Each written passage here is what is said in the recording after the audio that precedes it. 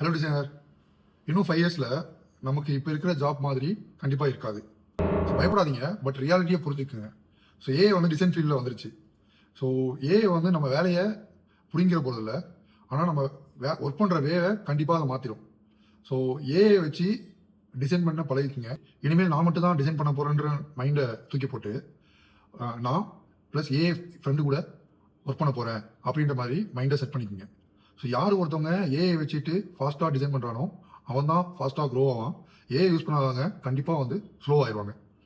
So AI tools கற்றுக்குங்க, tool experiment பண்ணுங்கள், AI கூட ஒர்க் பண்ணுங்கள். ஃபியூச்சரில் நம்ம சர்வே ஆகணும்னா நம்ம ஏஐ டூலுக்குள்ளே அடாப்ட் ஆகணும், அப்டேட் ஆகணும். அப்படி பண்ணலன்னா நம்ம ஸ்லோ ஆகிடுவோம், மற்றவங்க நம்ம முன்னாடி போயிடுவாங்க. ஃபியூச்சரில் நம்ம சர்வே பண்ணணும்னா ஏஐ டூலை அடாப்ட் பண்ணிக்கணும் அண்ட் அப்டேட்டும் பண்ணிக்கணும். நம்ம டிசைனராக மட்டும் இருக்கக்கூடாது, ஸ்மார்ட் டிசைனராக கண்டிப்பாக இருந்தே ஆகணும். என்னோட டெய்லி லைஃப்பில் என்னோட டிசைன் ஒர்க்குக்கு யூஸ் பண்ணுற ஏஐ டூல்ஸ்லாம் உங்களுக்கு தெரிஞ்சுக்கணுமா?